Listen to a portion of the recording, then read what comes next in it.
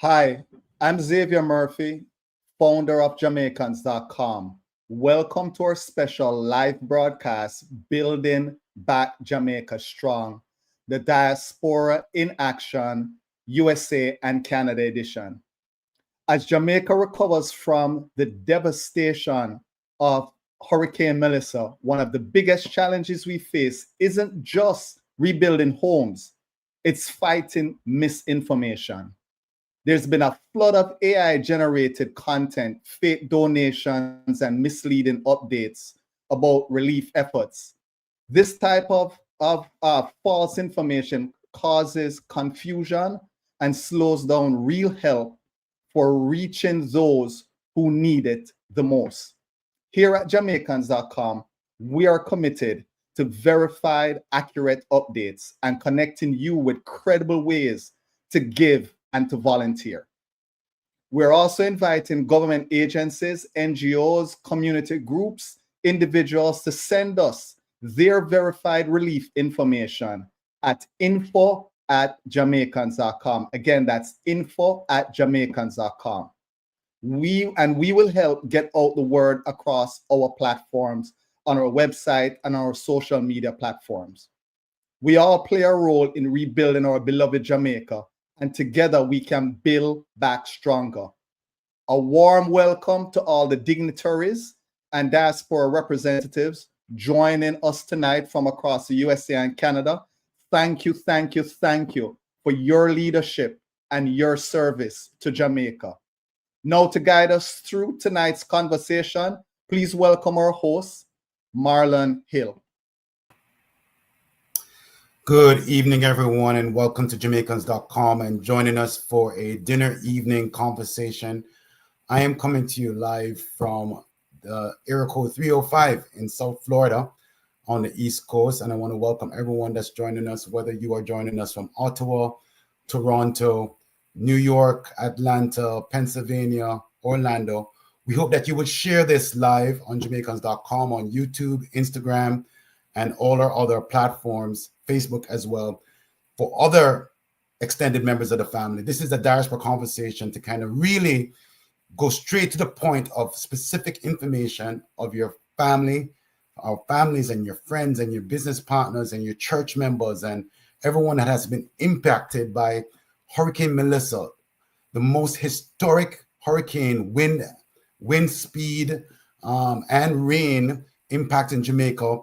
Right about now, a week ago, Hurricane Melissa was making her way across the cockpit country in the western part of Jamaica, where she then exited Falmouth and went on to Santiago de Cuba on the eastern part of Cuba and to the southeastern Bahamas. But she also impacted the southwestern parts of Haiti as well and the Dominican Republic. So today, 1 week ago, our family and friends were impacted by a Category 5, 185 miles an hour, landing near to New Hope, devastating 6 parishes in particular. But let it be clear that the entire island had also hurricane force winds and tropical storm winds across the country as well on the eastern side of the island. So even though there was devastation on the west, there was also devastation in other parts of Jamaica. The 6 parishes directly impacted: Trelawney, St. James, Hanover, where my family, great-great-grandparents and grandparents are from, Westmoreland, St. Elizabeth, Manchester, directly impacted. We have well over 400,000 people displaced in some manner, without no water access, no power right now. Right now, you see the light on my face. There's no power in these parishes, many parts of these parishes for the most part. No cell phone access, no internet access. Some of our listeners right now, you have not spoken to your family members, and we know and we empathize with you. And we also have lost well over, I believe the number right now, we may get the facts tonight, of lives lost in Western Jamaica and beyond. Well over 30 lives lost and perished because of Hurricane Melissa. We want to give you direct information tonight from official representatives from the United States and also from Canada, or High Commissioner and or consular representatives here in the United States. And we also want to hear from our Global Jamaican Diaspora Council that represent us in collaboration with the Ministry of Foreign Affairs and Trade in Jamaica. Right now, I want you to drop where you are from in the chat, wherever in the comments. We want to hear from you. Are you connected to Lacovia? Are you connected to New Hope? Are you connected to Black River? Are you connected to Falmouth or a compound? We want to know, are you connected to a town or district in Western Jamaica, or even a town or district that is impacted by Hurricane Melissa elsewhere in the country? Drop that in the chat right now. We want to hear where you're from. And we also want to hear not only where you're connected to Jamaica, we want to hear where are you checking in with us from across the world right now, listening live right here on Jamaicans.com.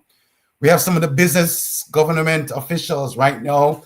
We just finished hearing from Prime Minister Andrew Holness giving his Melissa update in Parliament. We also heard from members of the opposition as well.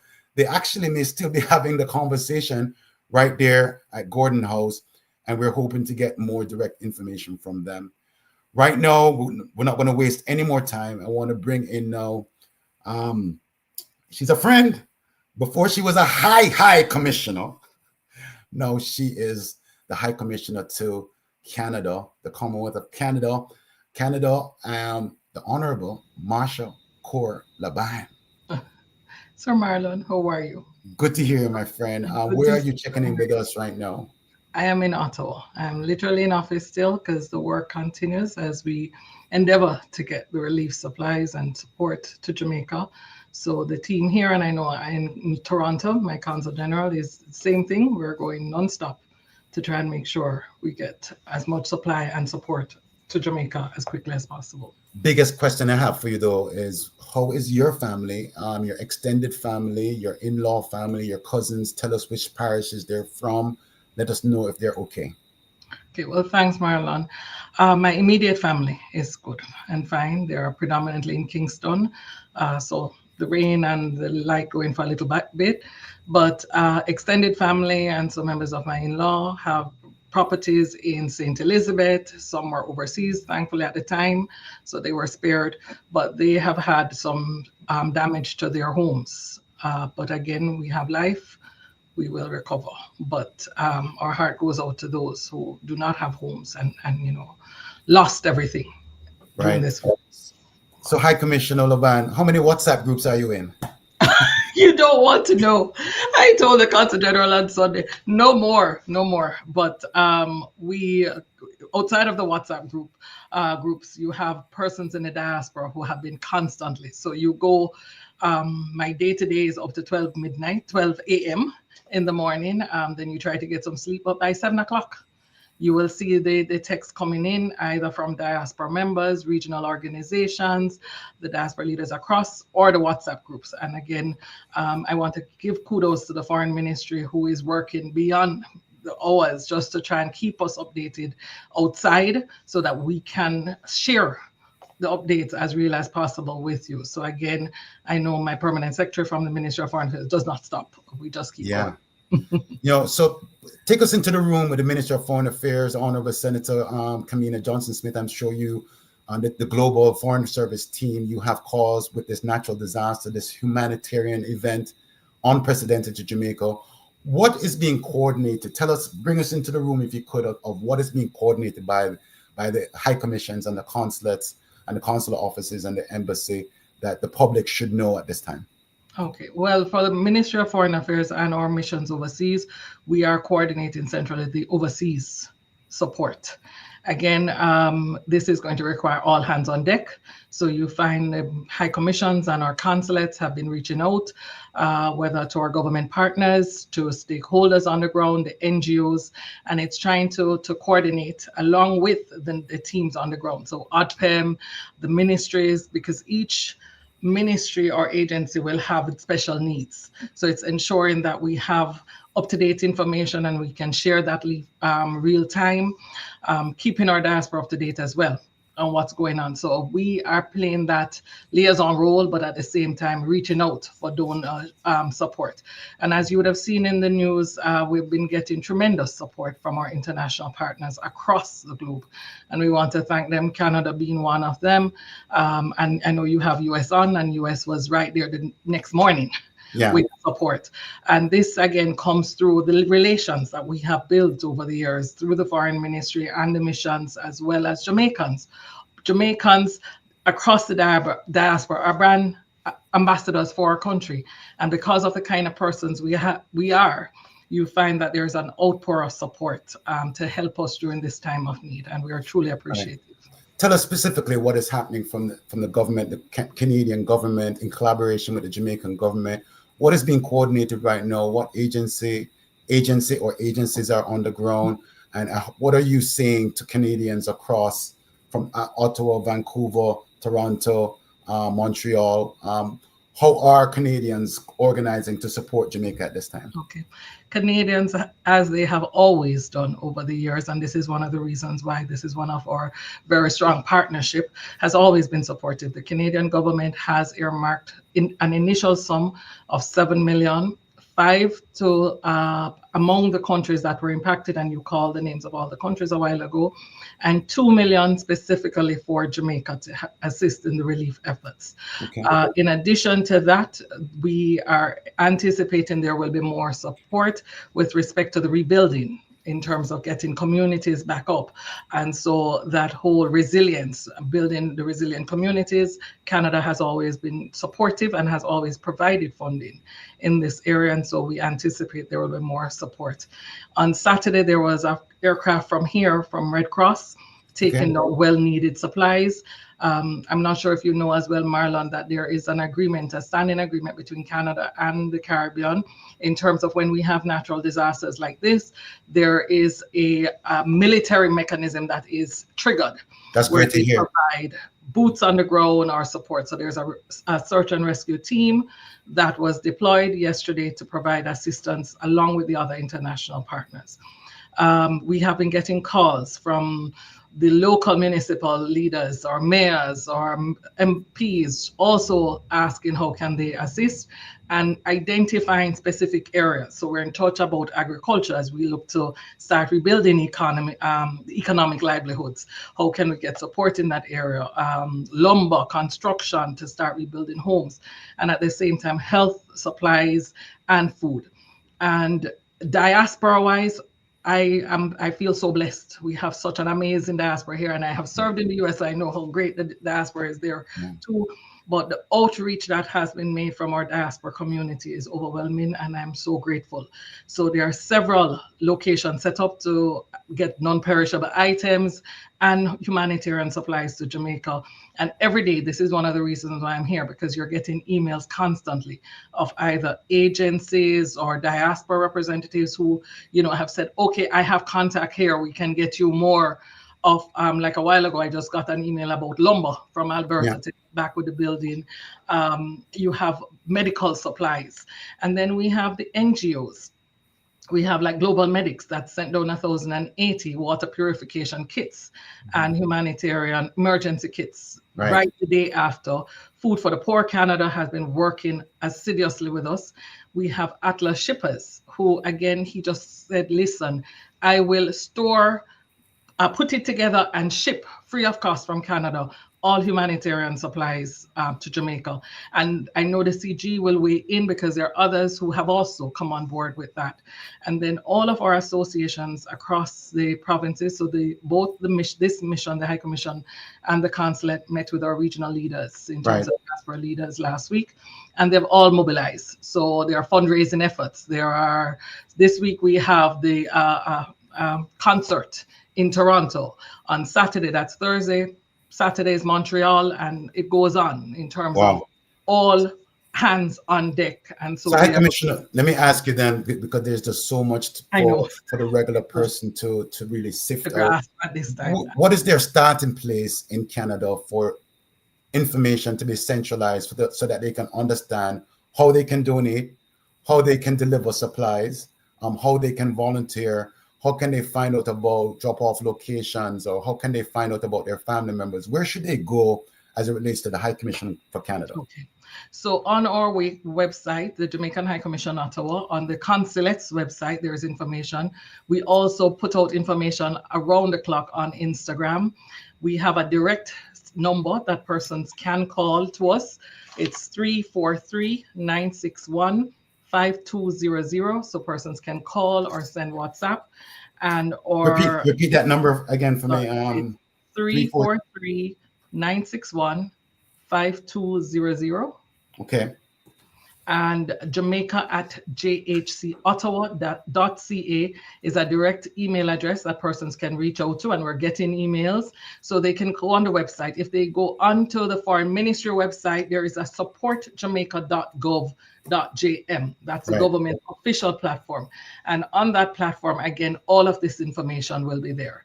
So even today, we were asked to update on where persons can drop off items across Canada, US, and all over. And so we have been sharing that, which will be uploaded to that platform. So the information is there.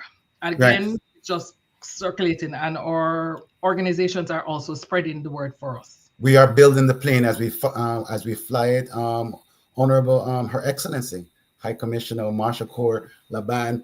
You can reach her office and her team at area code 343-961-5200. Let me repeat that again for Canadians and friends of Canada, 343-961-5200. You can also follow them on Instagram, the High Commission at Canada, Jamaica. You can also follow the consulates in Canada at CG Jam Toronto. And for Ottawa, Jamaican High Commission, Ottawa.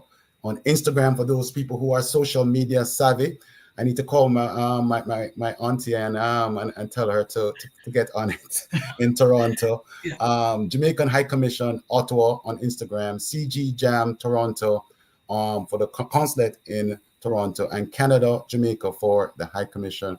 Her Excellency, thank you for joining us. We will be in touch. Thank you for sharing this information. We certainly would love to go to another one of your colleagues. I'm not sure if we have Consul General Kurt Davis ready to join us here on Jamaicans.com. CG Davis. How are you doing, Marlon? So good to be with you this evening. Have you gotten any sleep? Just a little, just enough to keep going. You know, we are used to this life in the foreign service. You just keep going, and there's so much to do for Jamaica right now that we are just going on adrenaline, and that's enough for us. Boy, hopefully this is not an endorsement, but hopefully you're drinking your Milo. So Consul General Davis, tell us what Canadians in Toronto, Jamaicans of Canadian descent or Canadians of Jamaican descent saying to you. What's the biggest question you're getting to your office? Well, my Milo is right here, as you see. Can't do without it. No, what our Jamaicans really are pushing for is pretty much what the HCS flag. How can they help? What can they do? So, in fact, just before jumping onto this meeting, I just wrapped up a coordination meeting with so many of our Jamaicans in the Southern Ontario area, right across, coming from the cities of Windsor, London, Ontario, Hamilton, Niagara Falls, across the Greater Toronto area, going all the way east to Durham. And it's all these teams of people who have decided to come on board and launch some initiatives for collecting items, donation of relief items, doing fundraising alongside the consulate and the Jamaican Canadian Association, which is the main diaspora organization here in the Toronto area. Now, what we've really been doing with that is trying to ensure that we are streamlining the operations, because we want the items that are coming in, we want them to come as the priority items, and we want to get them to Jamaica as soon as possible.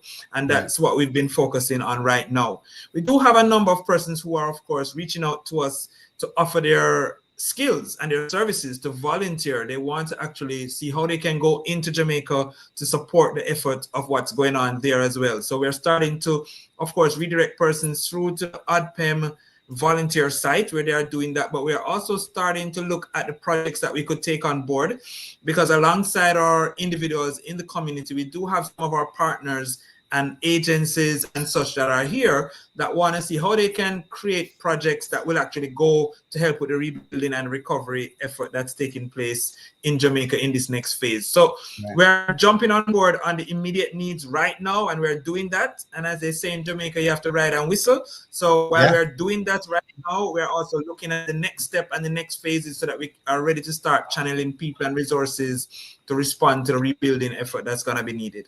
CG Davis, while we were riding and whistling, I forgot to ask you, how is your family? You know, when we're in the mouth of the lion and we're riding and whistling and trying to take our heads out of the lion's mouth, we forget to ask about our own wellness. What about your family? Well, fortunately, at least my parents live in, well, upper in the St. Andrew Hills, but they spent the hurricane down in Vineyard Town, and then they got home and felt the miracle that nothing happened too badly for them. So we're very happy for that. We do have some extended family out in Westmoreland, though, in the very hard hit area, Darlington, Betheltown area, and they have almost complete loss there in terms of, you know, material things, but they are happy for life. And they're ready to start the rebuilding process. Excellent. You know, having moved to the United States before Hurricane Gilbert in 1988, I lived through Hurricane Andrew and that entire period. When you lose your shelter, lose your food starts to run out and your hygiene items. What kind of items do you see coming into the drop-off locations? And has there been any discussion as to where those items are being dedicated to? How are you managing that? How are they getting from all the way up in Yale in Canada to Jamaica? How is the transportation and the shipment of the items? How are you coordinating that from your end? Well, one of the things that we're getting a lot of is water and non-perishable food items, canned stuff, that kind of thing is coming in a lot. We also have a lot of diapers, and, you know, hygiene products, including feminine hygiene products. A lot of persons have just said we need to get those. Persons reached out to us and said, you know, we're going to focus on some of these immediate urgent needs. And we have been having the goodwill of the community in terms of being able to get the items moved from place to place. In fact, just earlier today, as HC mentioned, I had a discussion with two separate shippers who have said they're gonna chip in to see how they can help us move items from the outer provinces right across. And for those who are not so familiar with Canada, it big bad.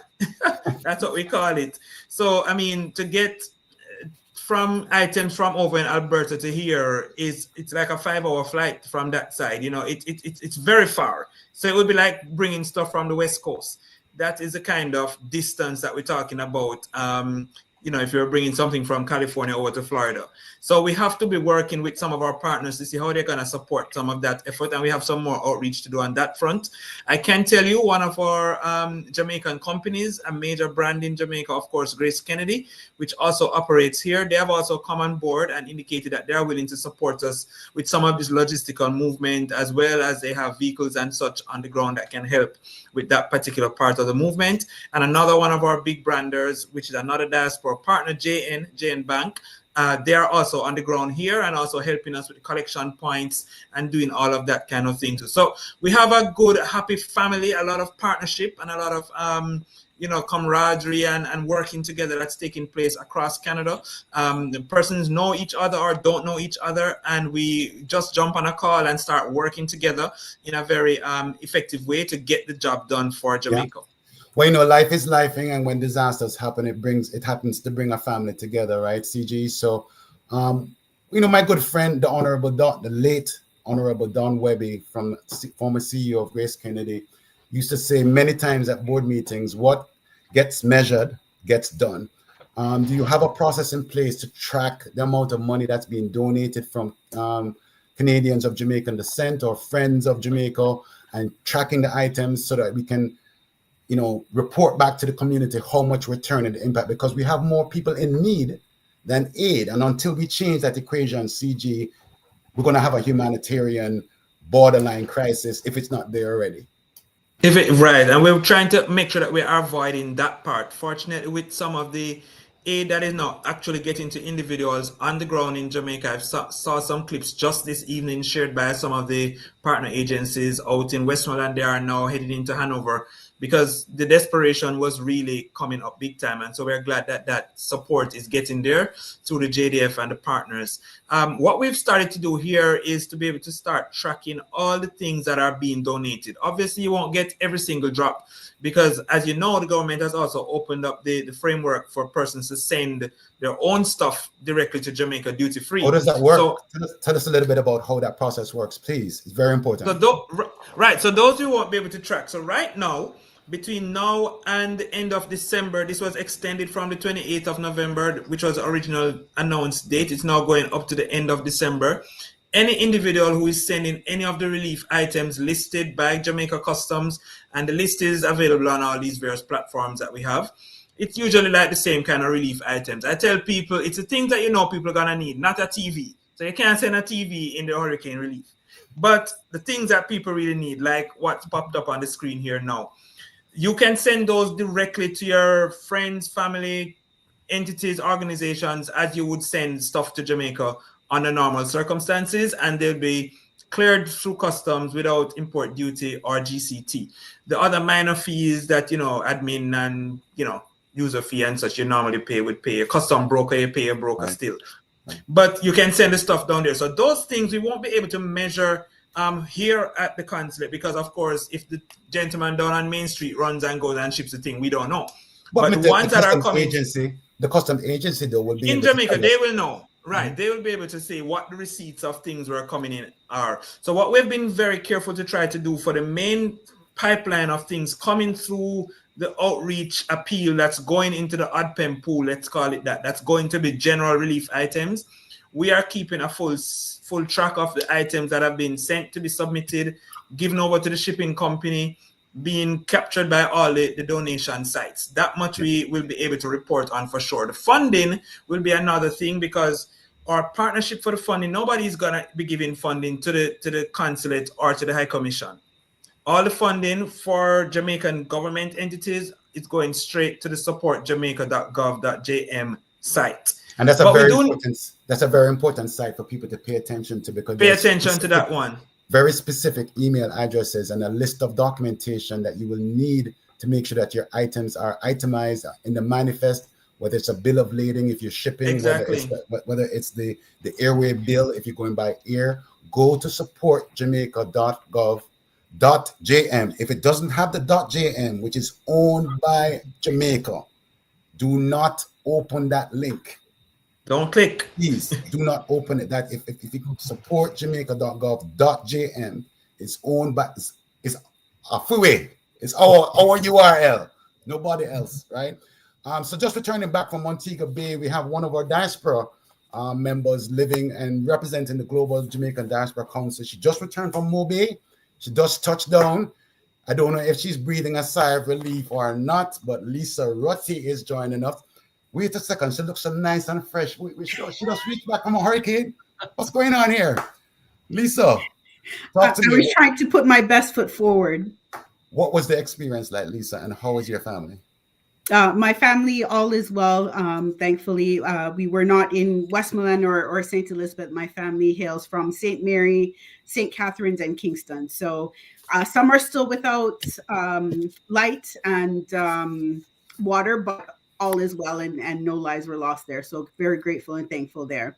Grateful to hear that. So know that you're back in. Where are you calling to us? Calling into us live from the expanse of Canada. Yes. I'm located physically in the 905 area code, which is Brampton, where we have a very large Jamaican diaspora population. What province is that? Give us a little social Ontario. Studies, man. Okay, all right, excellent. So Brampton, Ontario, which is located in the southeast or the central? Central Canada. Okay, excellent. And we have to go back to school for a little bit, Lisa. So what is the Jamaican diaspora saying to you as a representative on the Global Jamaican Diaspora Council as to what it is that they are most concerned about and how they are mobilizing to support what the High Commission and the consulates are doing? Really, the calls that we've been receiving is just really the outpour of how they can support. That's been the majority. Lots of fielding questions of how to send items back to Jamaica, what can be sent, how they can support. We actually just activated with the Jamaican Canadian Association in Ontario a volunteer database where persons can log on and pick a time and date that they'd like to come into the center and help to prepare packages to send back home as well. Excellent. Are you organizing any specific efforts in collaboration with any other NGOs, any other diaspora organizations? Tell us a little bit about that. Sure, definitely. So one of our key events that we're hosting is the Hurricane Relief Concert that will be held on November the 6th. So that's this Thursday. We've got about 35 different artists that will come and support.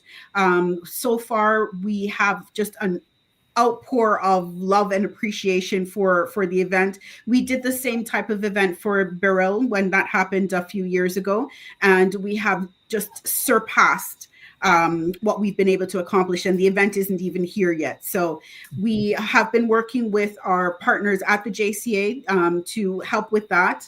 Also collecting donations through the JCA that will then go to the supportjamaica.gov.jm site. And we're pleased to say we've raised over 60,000 Canadian dollars there, and still continuing to grow.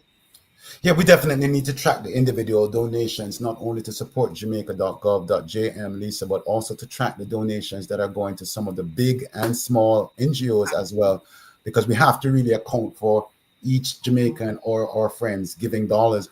Who are some of the large NGOs that Canadians of Jamaican descent are partnering with to support Jamaica during this period? Well, I mean, I could speak to the ones that I personally work with, which is the Jamaican Canadian Association. But we have just a ton of different church organizations. We have Jamaican communities in Hamilton, Montreal.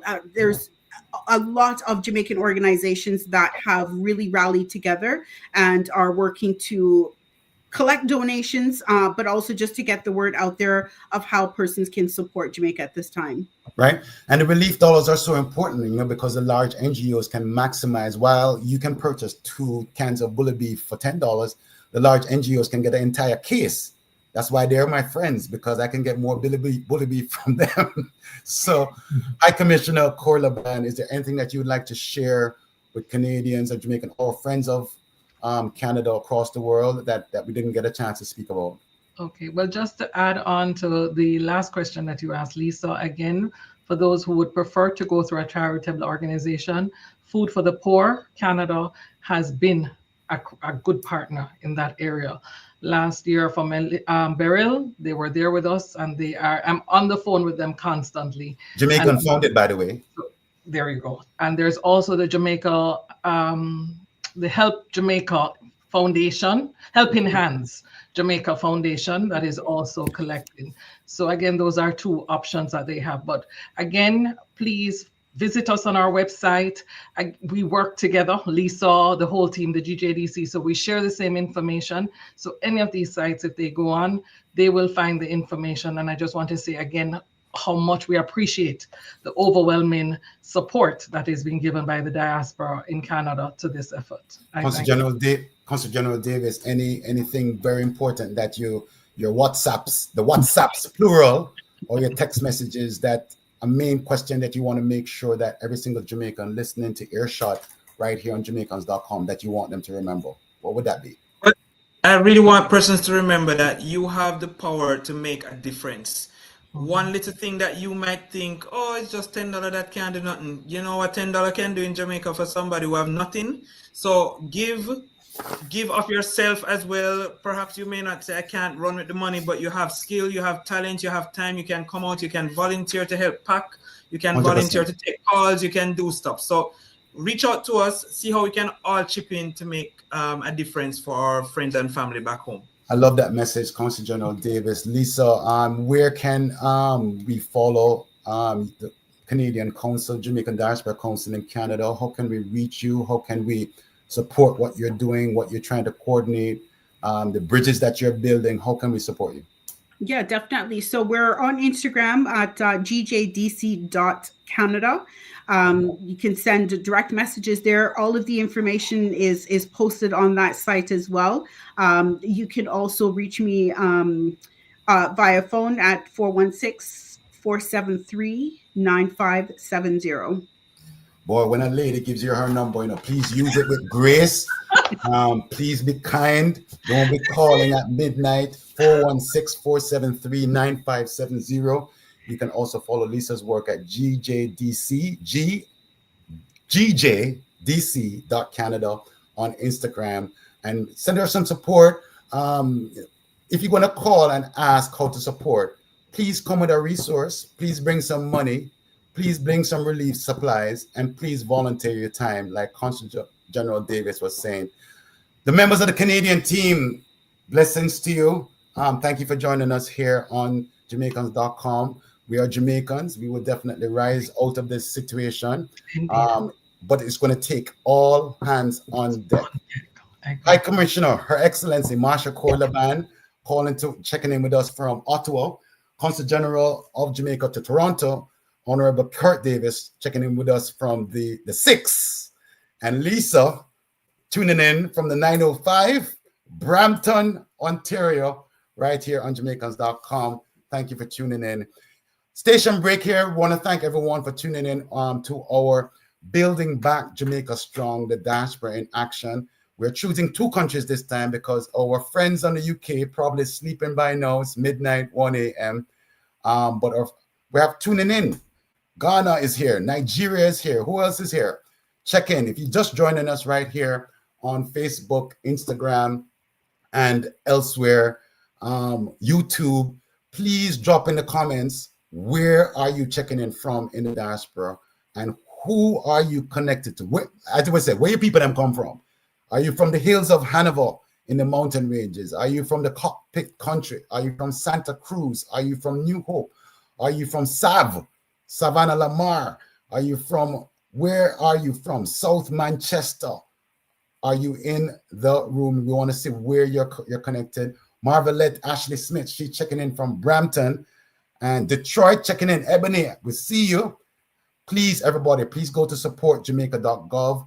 That supports ODPEM, and its funds are allocated direct emergency relief, housing reconstruction, healthcare support, economic recovery programs. You can send a donation there, no matter how small. And if you choose to, you can also support organizations like Food for the Poor, Samaritan's Purse, World Central Kitchen, Direct Relief, Global Empowerment Mission, Caribbean Strong Group, which I'm a part of.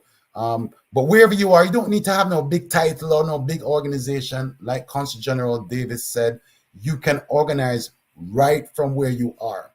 There are 3 categories that we have identified that our family and friends in Western Jamaica in particular need. Comfort, shelter. What does that mean? Because you're homeless after a Category 5 storm, you need a tent. You need an air mattress. You need a blanket. You may need tarpaulin to cover your partially destroyed roof. You may need a battery-powered light. You may need water purification tablets. Hygiene is the second category.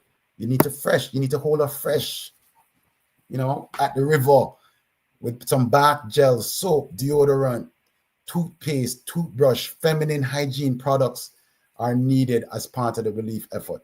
And after you clean up, you need to fill your belly with some nourishment and some nutrition. So we need some non-perishable food, sardines, tuna, bully beef, chicken, right? Some protein bars, energy drink, energy shake, Supplement, Nutriment, Ensure. Any of those products are very important. Ebony from Detroit, her family's from Bluefields. There you go. Thank you for tuning in. Who do we have up next? We're going to the United States. I wonder if CG Mair is not here yet, so maybe I can bring in back my good friend Xavier Murphy. If he's standing by in the green room, we can chat a little bit before we realize who is in the green room to kind of bring up next on this virtual town hall right on Jamaicans.com. So if you're just tuning in, just if you were sleeping under a rock, Hurricane Melissa crawled at 2 miles an hour around Monday last week, and then she made a northeasterly turn, landfall near to New Hope at about 1 p.m. a week ago, and then made her way northeasterly through Westmoreland and St. Elizabeth, through St. James and Trelawney, and exited and then went on to cause damage in eastern part of Cuba in Santiago de Cuba, where in fact many people in eastern Cuba are of Jamaican descent, truth be told. And that's a story for another live here on Jamaicans.com. Brother Xavier, you were in Jamaica during Hurricane Melissa. What were you enjoying in the comfortable confines of the Kingston accommodations, sir? Well, I'm blessed, and I will, want to thank the staff at the AC Hotel where I was. We felt pretty safe. They had an action plan in place, and that action plan, had a couple scenarios. Kingston was where the hurricane was going at first, and so it was pretty scary.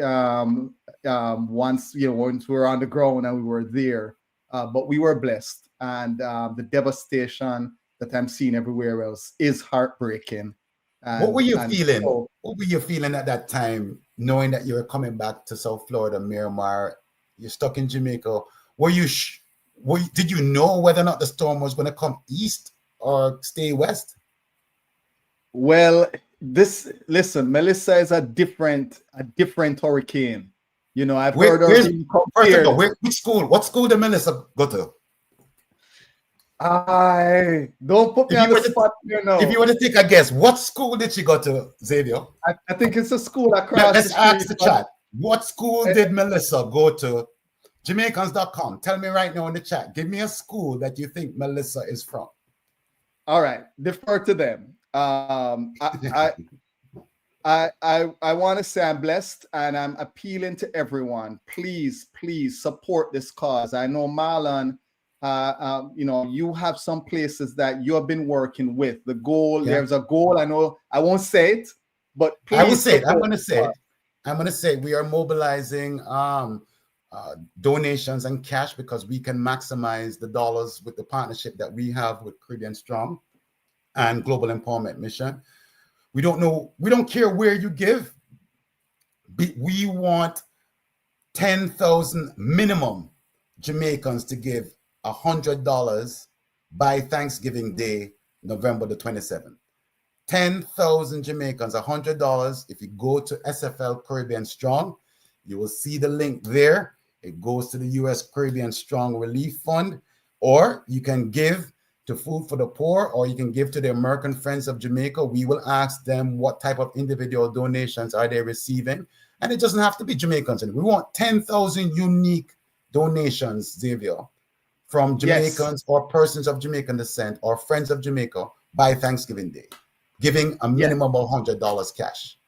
And this is quite doable, everyone. This is doable. All 100%. Right. I won't take away from the time. I know we have New York. We have a representative from the Consul General Office there from New York, and we also have from the South Consul General Mair is on. So I won't take up any more time, but please, folks, this was a Category 5. Some people said it should have been called a Category 6 hurricane, and we need to mobilize, donate, help where you can. And I'm out. Marlon, thank you again. Xavier, I know she didn't go to St. Hughes. I know Melissa didn't go to St. Hughes. Thank you, Xavier Murphy, founder of Jamaicans.com. Thank you for tuning in, everyone. Please share this live. We're going to be answering some questions. One of the hardest working consul generals out there representing the southern United States, several states as far west as Arizona, I believe, all the way down to here in South Florida, and including probably the Bahamas and Cayman Islands. I don't know what the jurisdiction is. I want to welcome the Honorable Oliver Mair tuning in right now to Jamaicans.com as we recover from Hurricane Melissa a week ago. CG Mair, are you there? Amazing, CG Mair. How are you doing, my brother? Boy, giving thanks. You know, it's been very busy, very busy. You know, I must tell you, I don't want to talk about goat mouth or goat thought. I was just maybe a week ago thinking, whoa, what a calm hurricane season. But then before the storm, you know? Yeah. Boy, the historic hurricane CG, 185 miles an hour. We started mobilizing supplies at the warehouse, Global Employment Warehouse, on Saturday morning at 9:30. We met at the warehouse in Doral. The storm was just lingering south of Jamaica. We weren't too sure whether it was going to go east or Jamaica was going to get, not going to get a direct hit. What were you thinking at that time, CG? You know, for the sake of your family and your friends and family, your parent, your mom and everybody, what were you thinking at that moment? You know, I mean, when I saw it initially, you know, just started to observe, and then at some point when I realized it was coming in for, you know, a hit. I mean, there was a time when it was us right there on the west, and we're all hoping it wouldn't turn up north. But I started to get very concerned because, of course, my mom is there, my brother, my aunt, and the reality of what that could mean. I've been a part of Hurricane Gilbert. I was up here for holidays in Miami when Hurricane Andrew hit. So I know what the reality is like for a weather system, to the impact and what that can mean. And, you know, the reality of what has taken place. I mean, Hurricane Beryl, we were literally active on the ground, helping, supporting, and up to last month, there was still hurricane relief taking place, still putting on roofs, working closely with Global Empowerment Mission. I mean, both of us here have been very, very close with Michael Capone and the team. And, you know, they have been extremely helpful. And just last month, they were still putting up roofs. I believe close to 800 roofs are put up, and it's barely brushed Jamaica. Yeah, I think Beryl and Melissa are related. Melissa obviously has a bad attitude. But CG, give us an update as to some of the highlights in terms of the government. What airports are open? Can you just give us a top level of what you've heard from the government? How many lives lost? Where people should start going for information, real-time information as to the state post landfall a week later? Where do we stand now? You know, when it says how it's going and how it started. Yeah. How is it going?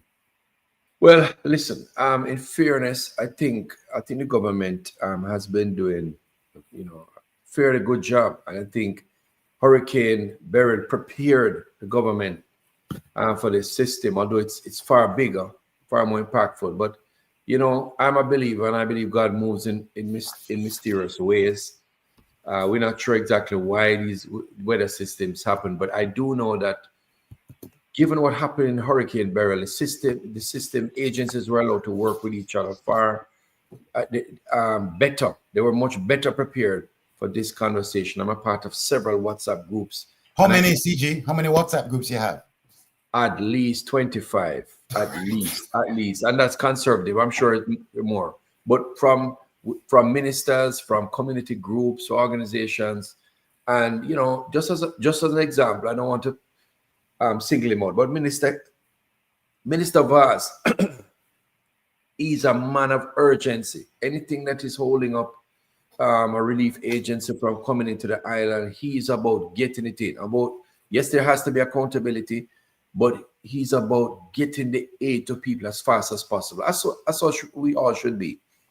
The teams are far better prepared, but again, this is a Category 5. This hurricane is perhaps the worst that has happened in history. I know winds went up to as high as 215 miles per hour. And so we have to be patient with ourselves. We still have cities here in the United States that are recovering from Hurricane Andrew. We still have cities recovering from Hurricane Katrina. The first world country, United States. So though we want to see things faster, and though we'll keep the pressure on to get the relief as fast as possible, because we don't want to see any Jamaican suffering at this time. Yeah. But at the same time, I caution everybody, let us be a little patient with ourselves, because this is what, day 6 after the hurricane, right? Day seven. Day seven. What I would like to see, I do want to see some more, the measurability in terms of, where we're going, the end game. I heard a figure quoted today that the damage could be between $6 to $7 billion. It's an early assessment, so we know we're dealing with US dollars. The US dollars. All right, so we know we have a far way to go in terms of what we're collecting. I did get a sense of, I did make some calls. I have a sense of what has been collected so far in one of the funds. Should I have said that? I don't know. But I'm sure they will announce that. But all the efforts taking place, we're working towards ensuring that we can provide aid quickly and that we can recover even faster and better as a country. One of the things, Marlon, I really want to stress is that unity is extremely important for us. Extremely important, CJ. It is absolutely critical. We have to work together. We have to give up our personal differences with each other. We have to recognize that solidarity is key. We have to recognize how we work together is critical. We have to front and center keep our Jamaicans at home, front and center. Let us put differences aside. Let's put politics aside, differences, even thoughts we may have of each other. Hold it back. Be careful what we put on social media. Let not put out poison. Let us put love first and foremost and allow love to lead us as a community. Yeah. I'm gonna tell you, Marlon, I am very pleased with our efforts so far as a unit here in the southern United States. I mean, I can only speak about what we're doing down the side, but by and large, the community has been very supportive. The diaspora has been positive thus far. They're giving. There's an outpouring of love and support. I want us to continue that. We must keep front and center our Jamaicans back home who need our help. Yes. Let that drive us. The urgency is high, CG. We have more people in need than the aid that we have, so we need more dollars and we need more relief supplies. Right now, we have a number of drop-off locations in the southern United States, in Atlanta, Florida, Lauderhill, Tamarack, Miramar, Orlando, West Palm Beach, Wellington, Homestead, Pinecrest, Cutler Bay, Hialeah. These are cities. We have drop-off locations in North Carolina, Texas, Alabama. How are you monitoring how these items being collected in these states that are not near to ports of calls, CG Mair, to make sure that they get to Jamaica safely? Yeah. Leaders in the community. These relationships didn't happen yesterday. These are relationships that we have built up over time. Leaders in the community who have gathered together, set up drop-off points. We work quickly to get these points. Within 3 days, we had 50 drop-off points. So I want to thank people, persons like Peter Gracey, our Global Jamaica Diaspora Council representative, our honorary consuls, Fullerton and Dr. Brand. I want to thank our community leaders right across. You speak about Alabama, Pauline Ford, nine drop-off points. Little Alabama, Jamaicans are there. I go there every year. There's an annual festival there, and they were quick, and they're gathering funds together.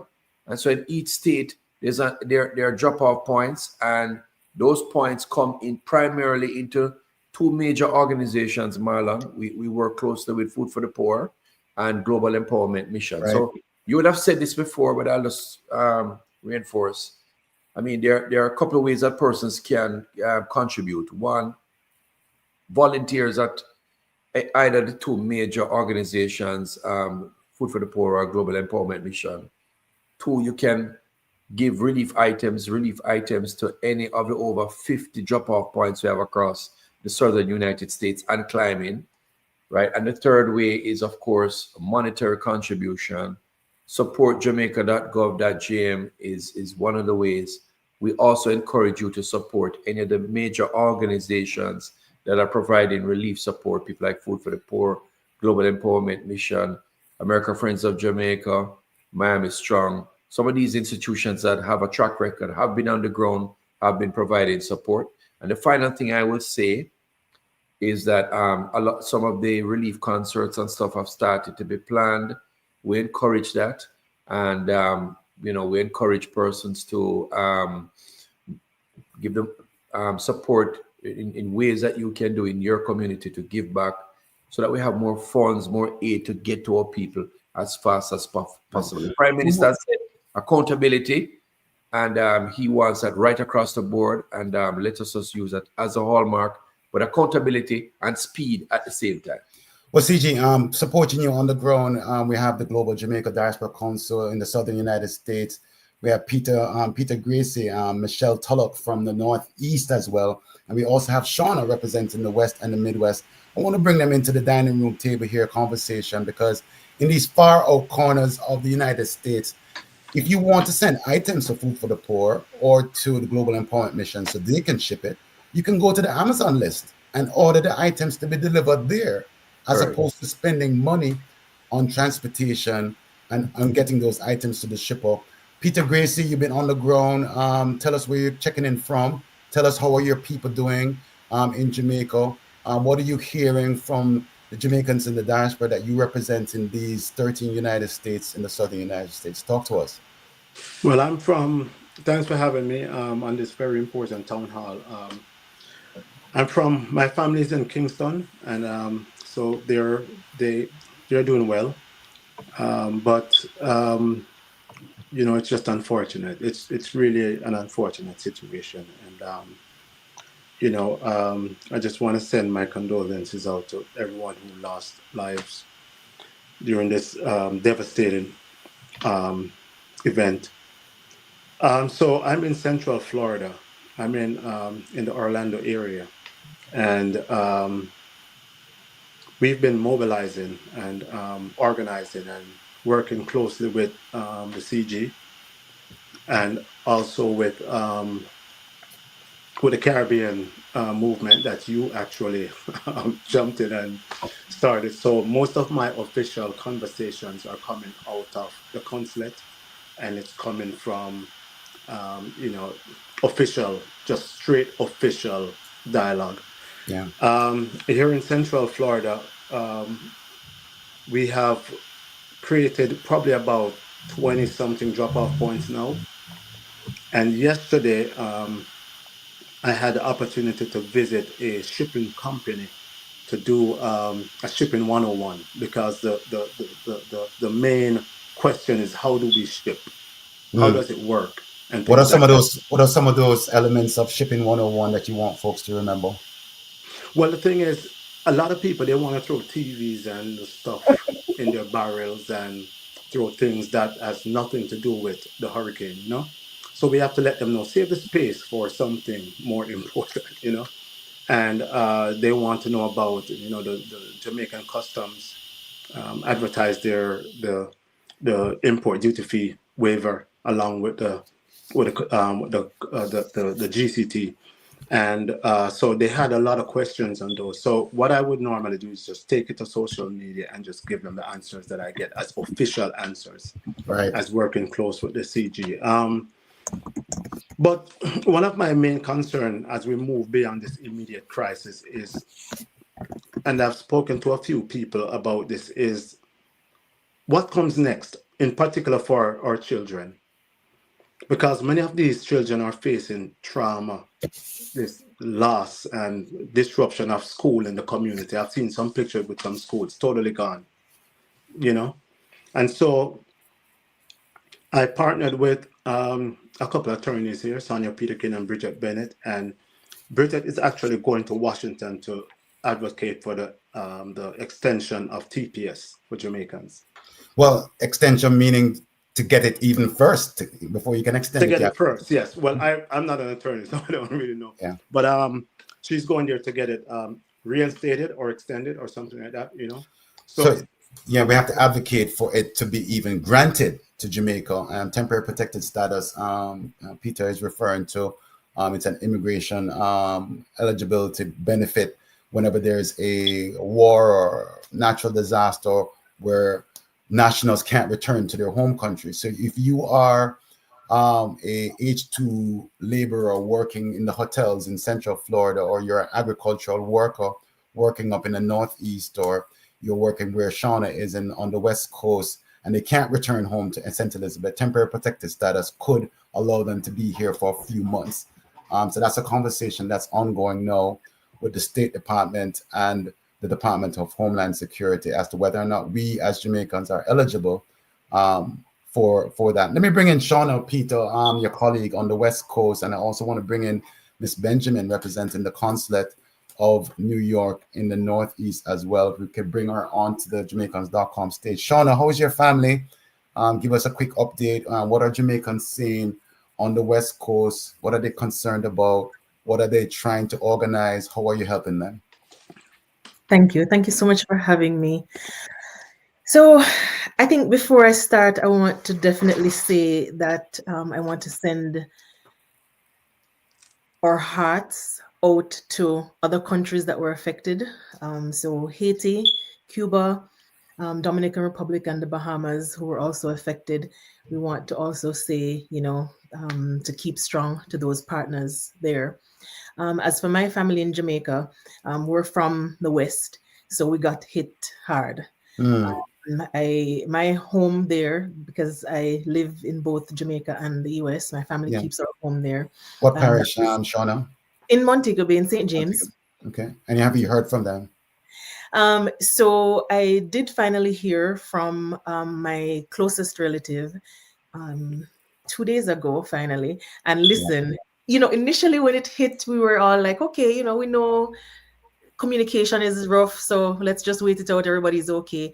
And initially we were all okay. But the minute I heard my Aunt Norma's voice, I swear, by the time I got off the phone, we just bawled. I was so overwhelmed just from hearing her voice. She lives in the Anchovy area.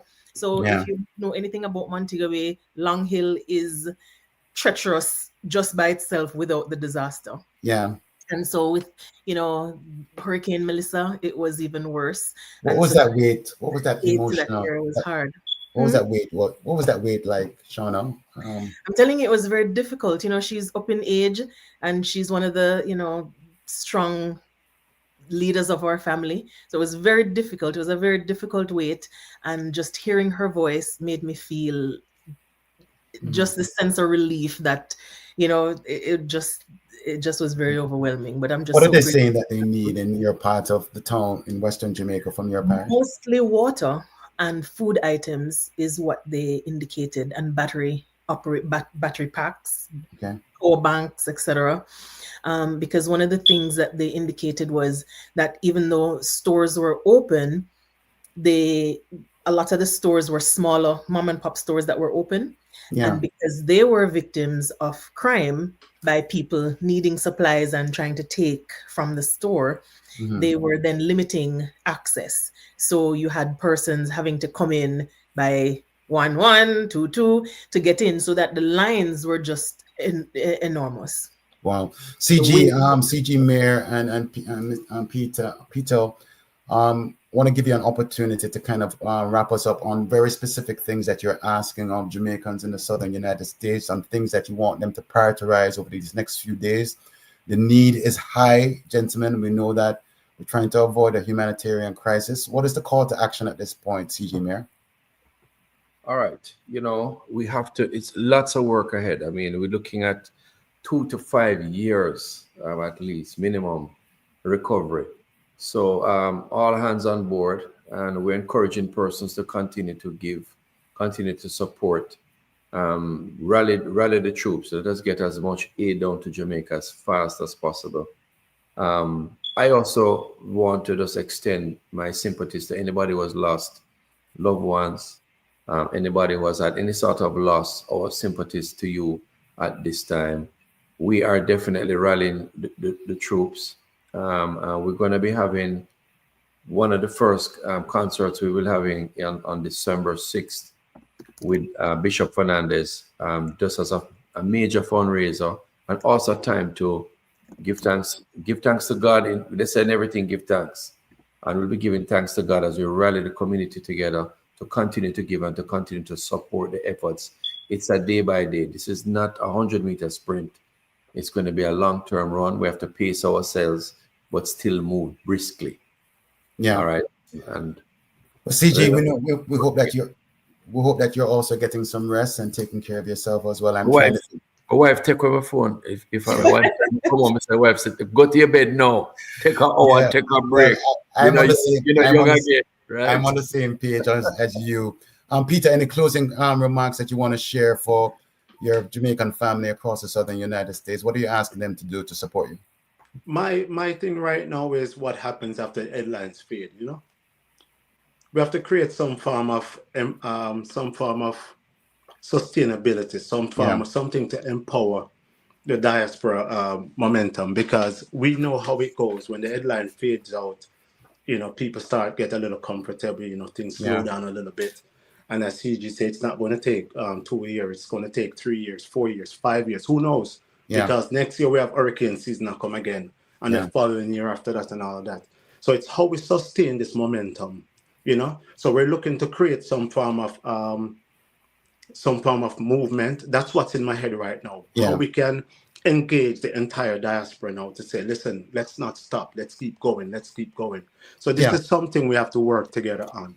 It's an opportunity. It's an opportunity. Peter Gracey, Global Jamaica Diaspora Council for the Southern United States, Consul General Oliver Mair, Consul General for the Southern United States. Before I go to New York, though, I got to hear a little bit from Shauna on what is happening on the West Coast, how she organizing California and New Mexico and Oregon and Washington, all these Midwestern states where we know that there are Jamaicans, Shauna, in many of these states. Who are you hearing from? How are they organizing? Typically, you won't find Jamaicans in Oklahoma or Idaho, but I know you're hearing from some of them. Tell us how are they organizing? Yes, there are 23 states in the U.S. West, Midwest.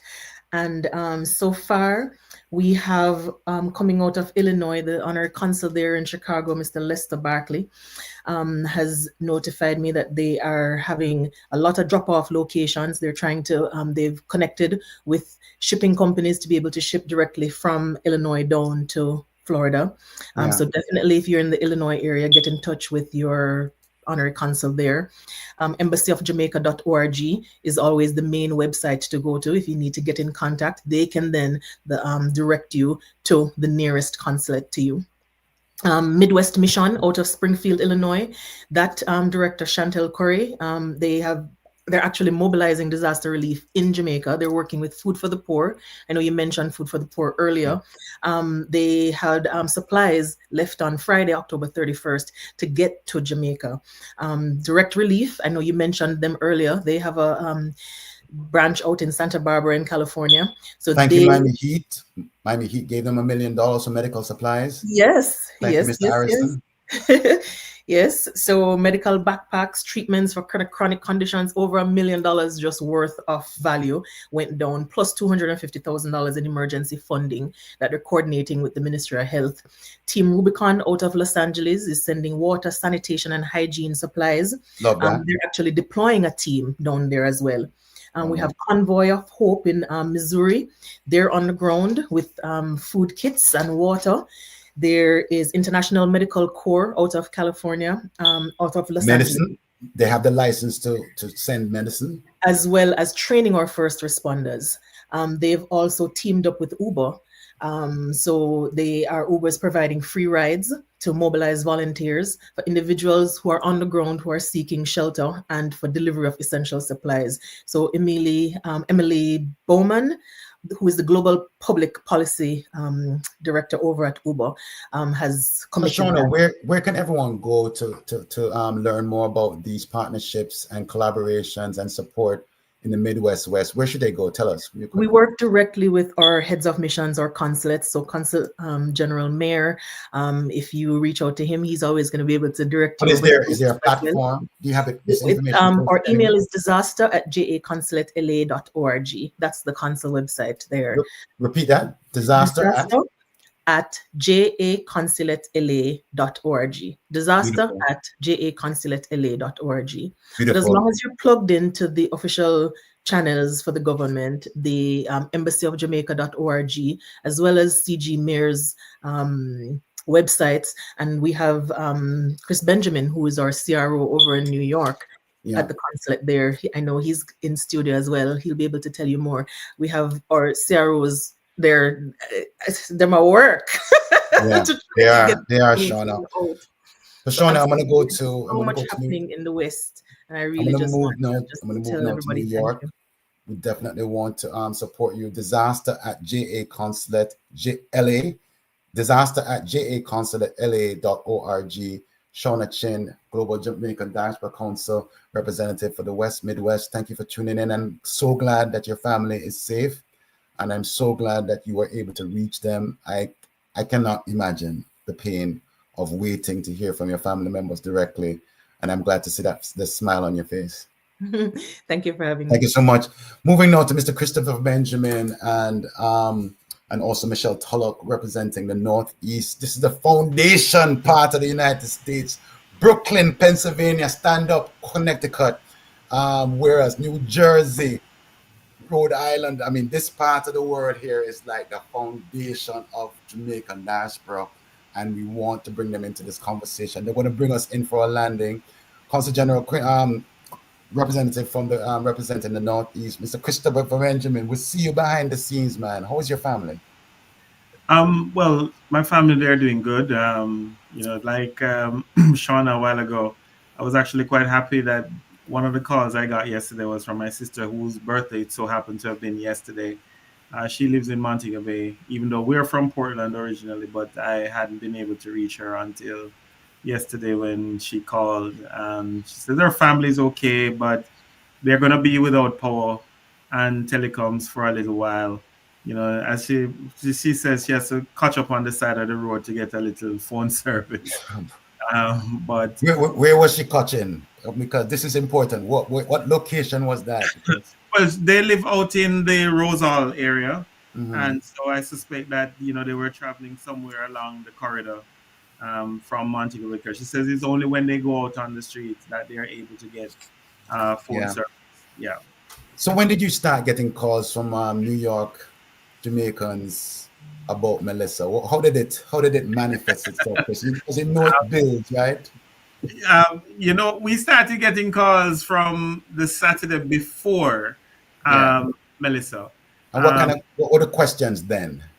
Well, you see, what had happened was that the media had created a sort of, I would want to call it mild hysteria in the market, because what was happening was that they were saying that, it's a category 5, it's going to be devastating. The entire country is going to be flattened. And so there's not going to be anything left. So everybody was calling to ask, are the airports going to still be open? Are people going to get out? And so one of the first things that we had to do was to jump into action to start communicating with the folks to say, look, we know that it's a storm, it's going to be serious. And, I came in off the streets on Saturday from about 11 o'clock, and I sat down at my desk, and I never got up until 1 o'clock Sunday morning. Because we were just monitoring everything and sending out email updates to let people know as soon as I saw that the airports were, when they were going to close, to let people know, because there are a few people who were here as well who have their properties back home in Jamaica and were calling to find out, are the flights going to be able for them to get home? Because they wanted to get home before the storm. So, letting people know that, boy, stay with your relatives a few more days. Ask somebody to go and check the house to make sure that it's secure, because, you're not going to go. Yeah. That anxiety was so high, Michelle. I'm sure the anxiety was high for you as well. Tell us a little bit about your family. What parish are you connected to? And were you sharing that anxiety before Melissa landed in Jamaica a week ago? Oh, absolutely. Thank you very much for having me. And, you know, my heart and sympathy goes to everyone that's been affected. My mom is actually from Montego Bay, St. James, but I grew up in Kingston, and I do have a stepdad and a brother in Kingston, so they are doing pretty well. But Montego Bay, as you know, that's where the issue is. So we plan on going there as soon as we can and to do some work as well as a family. Right. Yeah, because we have property there. So as the Global Jamaican Diaspora representative on the Council for the Northeast, what are Jamaicans in the Northeast saying? When did the tsunami of text messages and WhatsApp messages start to hit your phone? And how did you organize yourself to be helpful to them? Well, it started, like Chris says, it was before people were anticipating, and I agree with him with the media and everything. And so before you knew it, and I work very closely with Chris Chaplin, Honorary Consul. And so before you know it, we had Channel 3 calling me, Channel 6 calling me, Channel 10. And then individuals were reaching out as well. And the thing is, Michelle, what can I do? What can I do? What can I do? And then I'm very much involved in my community in more than one ways, in different organizations. And so everybody reached out. And where are you exactly, Michelle? Where are you? Oh, I'm so sorry. I'm in Philly. You're in Philly. Okay. Right. Yes. Yeah. And so, yeah, thank you. And so we are surrounded. And so everybody was calling, Michelle, how can I help? The churches were the ones that called me and like, I would love for you to use my facility as a drop-off location. So for me, it wasn't so much of the ask. It was people asking me like, how can I help? And this is what I'm willing to offer you. And where should they go? Where should they go, Michelle? Where are some of the central places that Jamaicans in the Northeast area should go to self-organize, to donate, self-organize, to bring supplies, self-organize, to volunteer? Where are you directing them to? Well, my first every person that called me, I always ask them, where exactly are you located? Right. And because Van Daresworth for the Northeast, I have an entire flyer with all the different states and cities on it. So when you call me, I'm like, where are you from? If you're from New Jersey, I send you that information. If you're from Boston, I'll send you that information. If you're from Philly, I'll send you that information. And every day I'm adding more and more to that list. So that's what I'm doing. And the drop-offs are going real well. One of the churches called me today and she says, Michelle, I have 3 barrels already for you. And I was like, okay. That is and so then awesome. It isn't it, right? So powerful, and so then powerful. what we are doing is Chris Chaplin and I, we have been going around on Sunday to the various churches that are drop-off location, just to be physical, just to say hi in advance. We thank you. So that's what I've been doing. On the Sunday before it hit, I literally visited 4 churches, and this past weekend I visited 3 churches. Yeah. Just to let them know it helps. You know, Chris, this is such a disruptive natural force. You know, we have the man-made disaster in the United States, unfortunately, with the shutdown, which is putting pressures on many, many people. And then you have the natural disaster with Melissa. What are you hearing at the consulate? What kind of issues are you resolving with them? And where should they go for your frequently asked questions to resolve issues they may have, Chris? All right. So as it relates to, the hurricane, most people, we set up a hotline for persons to call. It's 888-817-9050. And that hotline is manned daily from 8 a.m. to 8 p.m. Somebody will be there to answer a call. Most of the queries that we get are for persons who are interested in making donations. But one of the things that we did, and we started this from Beryl. I don't know if other storms people have done it, but we did it last year in Beryl, where if someone was not able to reach their loved ones, we asked them to share the information, last known address, etc. And what we do is that we pass that on to the JCF and ask them to at least... JCF is? The Jamaica Constabulary Force. So that folks on the ground, if they're passing by, they can check to see, and then they feedback. Now, I know a lot of people, when they call, they want to get an answer same time, next day, but sometimes it takes days. a couple of weeks in some instances, because there's not going to be any telecoms in the area. I remember last time there was one lady who lost her phone altogether, so there was no way for her to call her relatives here, even though she was quite fine. And so we have that. And then our website as well is populated with information that persons can visit to get, the most updated information. What website is that, Chris? Please. The conference website is congenjamaica-ny.org. That's CONGEN Jamaica spelled out -ny.org. And of course, they can visit any of our social media pages. We are on Instagram, Facebook, LinkedIn, and TikTok, and also X, and they can get information from there. We try to update as much as possible with the current information. We also share, from time to time, like an Instagram live or something like that, so that persons can get the most information, ask the questions, and we give it to them right then and there, so nobody has to be waiting beyond. While I was in the green room, I remember hearing Peter Gracey talking about, like, for example, some of the customs stuff. One of the things that we have been getting a lot of calls about is that customs has offered personal effects to be sent as hurricane relief. And again, no TVs, there's a prescribed list. But the question that a few folks had was, is the 30-day window sufficient, given the fact that by the time they get the barrel and ship it to Jamaica, the 30 days may have expired? Well, expecting the official announcement tomorrow, but customs have reached out to indicate that essentially the 30-day window, which is up to the 28th of November, is dependent on when your shipper files the necessary paperwork, and that must be done before the 28th of November. But one thing they should note, though, Chris, is that the government depends on revenue to provide services, right? So the government is being the economy of the government, the tourism economy, the agricultural economy is going to be disrupted.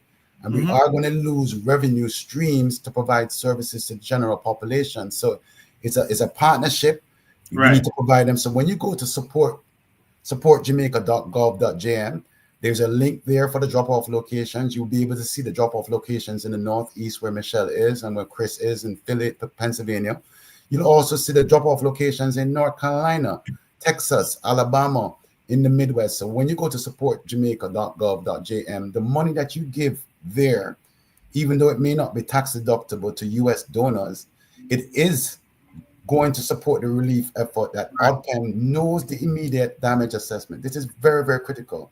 And so if you want to give to American Friends of Jamaica, or you want to give to World Central Kitchen or Food for the Poor or Global Empowerment Mission, those dollars will also go to support what ODPEM is doing. So this is a very important website because Chris and the staff at the consulate, both also in Miami and also with Ambassador Anthony Anderson in DC, Maryland, in the DMV area, this is direct information that's coming from Jamaica House and the Prime Minister's office and from Cabinet. So it's going to be very important for you to pay attention to the emergency needs list from ODPEM. If you're missing a family member, give the information there that Chris just mentioned. There's also a medical evacuation phone number that is also available. And that number is 876-906-7668. I'll repeat, emergency evacuation. There may be a family member who has not been accounted for that is having a medical emergency. We want you to call 876-906-7668. And in order to reach Chris and the team in New York, who's by extension, Michelle is right there as the Global Jamaican Diaspora Council representative, disaster at JA Consulate, JA.org. Is that it, Chris? .ny. Disaster at JA Consulate NY? No, that's for the West Coast. Oh, that's for the West Coast. I'm sorry. Forgive me. Our website. CongenJamaica.ny.org. Forgive me. -ny. -ny. Yes. Let me repeat, congenjamaica-ny.org for our folks in the Northeast United States. And the Yes. phone number is 888-817-9050. I'm going to repeat for our friends in the Northeast again, the phone number, the hotline that Chris is going to answer at 2 a.m. 888-817-9050. We want to thank you both. I'm glad that your families are safe. We're going to spend a couple minutes to kind of just wrap up some of the contact information. And we hope that folks will reach out to you to make sure that we can do this in a very orderly and disciplined manner to support our family and friends in Jamaica. Chris, last word? Yeah, Marlon, just one more thing that I want to share with folks, and I heard somebody say that earlier as well. You don't have to go, if you want to contribute, you want to buy something, we have an Amazon link. It's also upon our website. You can order the items on Amazon and it gets shipped directly to us here at the consulate. So anywhere you are in the US, so you know, what we have done is curated the list from ODPEM on Amazon, so you can go on there, click the items, put it in your cart, and have it shipped here. We have a room upstairs that is filling up with boxes, and we want. And you have shipping partners. Yes, we have shipping partners here. We actually have currently 4, and based on a meeting that we just had a while ago, there is a possibility that there is going to be a 5th shipping partner. So anything that we collect here in New York will be sent to Jamaica with one of these partners. Excellent. Michelle Tulloch-Neal, Global Jamaican Diaspora Representative. Last word from you. Any last thing you want to share, Michelle, before we depart? Yes, there's one thing I'd like to share, and it has to do with Chris. Chris, there's a message just coming out. Maybe it has to do with you. The date has now been changed. I saw that. 31st. I'm going to check. So, yeah, that's what my phone is blowing up about. So that's what I want to leave. But volunteers. Bring us in the room, man. What date is that? So apparently, someone is saying that I should check the Prime Minister's page, that the date for sending personal effects has been extended to December 31st. Breaking news. So yeah, breaking news. So I'm gonna check that as well, because that's breaking news, and that includes the holidays as well. But for both of you with your hard work, thank you for tuning in. I'm gonna wrap up now. I'm gonna ask the producers of Jamaicans.com to give us a little 10 minutes, toops, man, to answer some questions in the chat. I'm gonna go over some of the contact information, and while we're doing that, maybe the producers can bring up some very specific questions that we can answer for our viewers here on the Building Back Jamaica Strong, the Diaspora in Action. This is the USA and Canada edition. The UK edition is going to be on Thursday. Please look out for the announcement. Thursday, we're going to be speaking with our family and friends from the UK, Birmingham, London, Chelsea, all those folks in the UK. You're going to be checking on. So I want to thank our representatives, both the consul representatives from the High Commission in Canada, High Commissioner Marsha Corlaban, and Consul General Kurt Davis for joining us here on the program, here on Jamaicans.com, our representatives from the Northeast and our representatives from the Southern United States. What we're asking of you now is for you who are listening we have a mission to help our family and friends, especially in Western Jamaica, to survive a Category 5 storm. Right now, we have lost lives, right? And we really also have some who are even unaccounted for, to be quite honest. The damage assessment is still being done, and they need comfort items, tents, tarpaulins, air mattress, power lighting, to at least feel safe from the elements. They need nourishment. They need food, canned protein, canned fruit, protein bars, other items, Ensure, Nutriment, Supplegen. Those items are emergency relief items. Right now, we have more people impacted than the aid getting to them because of the rough terrain. We want to thank the members of Jamaica Defense Force, Jamaica Constabulary Force, all the hardworking public service workers at the hospitals who also have family members. We really want to thank you for your hard work as well. The members of Parliament, from the government and the opposition as well, for the hard work trying to represent their residents of Jamaica. We're asking you to go to supportjamaica.gov.jm. Please be careful of the scamming sites that are out there, fraudulent sites. Do not click on anything that has not been verified. Supportjamaica.gov.jm. And then you have the many sites of the nonprofits that are doing the hard work. American Friends of Jamaica, check them out, their website. the_AFJ.org. You have Food for the Poor, foodforthepoor.org. Support the work that they're doing. Global Empowerment Mission.org, World Central Kitchen, and there are many other nonprofits that are doing the work. Direct Relief as well, and doing the work as well. Samaritan's Purses in Jamaica. We also want to thank the United States government and other governments across the hemisphere and the globe for sending support to our homeland in Jamaica.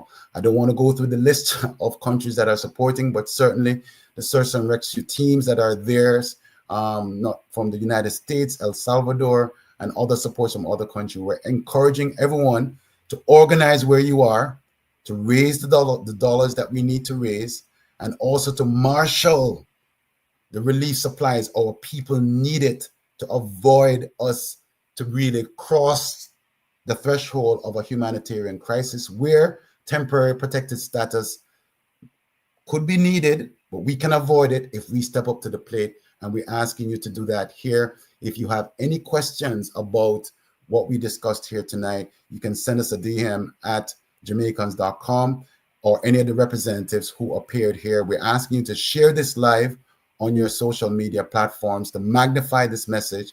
Let us be informed. Let us be proactive. Let us be gracious with each other with some patience, but be very deliberate and resilient as we are as Jamaicans. Thank you for tuning in tonight here on Jamaicans.com.